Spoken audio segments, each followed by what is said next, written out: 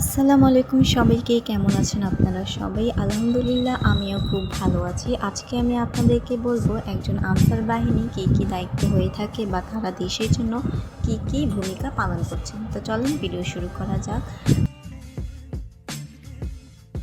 আমি আনসারের কোর্সে ভর্তি হয়েছি। এটা ছিল 10 দিনের একটা কোর্স, আর এই 10 দিনে আমি কী কী শিখতে পারলাম সেটাই আজকে আমি আপনাদেরকে বলবো।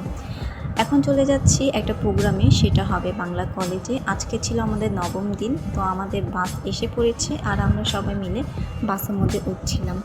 আর এতদিনে ভিডিও করা হয়নি, কারণ এখানে ভিডিও করা অ্যালাউড ছিল না। তাই বাসে উঠে আমরা যে যার সিটে বসে পড়লাম আর এখন চলে যাব বাংলা কলেজে। বাংলা কলেজে এসে আমরা রুমে প্রবেশ করলাম, আর এখানে স্যার আমাদেরকে বলছিলেন শান্তি শৃঙ্খলা বজায় রেখে যে যার সিটের মধ্যে বসতে। সিটে বসে কিছুক্ষণ পরই আমাদেরকে নাস্তা দেওয়া হয়। নাস্তার মধ্যে ছিল সিঙ্গারা আর সমোচা। আর এখানে স্যার এসে তাদের বক্তব্য দিচ্ছিলেন যে আনসারের কী কী কাজ হতে পারে বা তারা দেশের জন্য কী কী ভূমিকা রাখতে পারেন। তো এখানে আমাদেরকে বন্দুক শ্যুট করা শেখাচ্ছিলেন, কীভাবে ধরতে হয়, কীভাবে শ্যুট করতে হয়। আমরা এটা প্র্যাকটিস অবশ্যই করেছি। 2 hours later. 2 ঘন্টার ক্লাস শেষে আমরা যখন বের হই তখন বাসের মধ্যে বসেছিলাম আর বাংলা কলেজে একটা ভিডিও নিলাম। আমার কাছে কলেজটা আসলে খুবই ভালো লেগেছে। আর আমরা হয়তো অনেকেই জানি না যে একটা আনসার বাহিনী কী কাজ থাকতে পারে তাদের মধ্যে। এটা আমিও আগে জানতাম না, কিন্তু এখানে কোর্স করার পর আমি আসলে জানতে পেরেছি তাদের আসলে কী কাজ আছে। আর এখন আমি বলবো এই 10 দিনে আমি কী কী শিখলাম। ফার্স্টে আমাদেরকে পিটি করানো হয়। প্রত্যেক একটা বাহিনী আলাদা করে তাদের নিজস্ব পিটি থাকে, তো পিটি শেখানো হয় আমাদেরকে। স্যালুট কীভাবে করতে হয় আমাদেরকে ওটা শেখায়।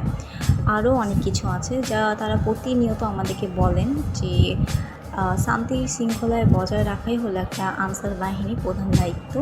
আর এখানে আমরা সব ফ্রেন্ডরা মিলে গল্প করছিলাম যে কীভাবে 10 দিন চলে গেল, আজকে নবম দিন, কালকে আমাদের শেষ দিন হবে। তারপর হয়তো কারোর সাথে আর কখনো দেখা হবে না, কারোর সাথে কখনো কথা বলা হবে না।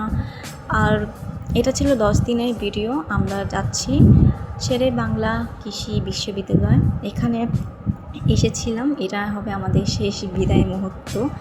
স্যার আমাদেরকে লাইনে দাঁড়িয়ে করে রেখেছিলেন। এখানে অনেক জায়গা থেকে মানুষ এসেছে, যেমন সাভার, নারায়ণগঞ্জ, বিভিন্ন জেলা থেকে মানুষ এসেছিল। আর এখানে আমাদের লাইনে দাঁড়িয়ে করে নিয়ে যাচ্ছিল আমাদের মেন ভবনে, যেখানে আমাদের প্রোগ্রামটা হবে।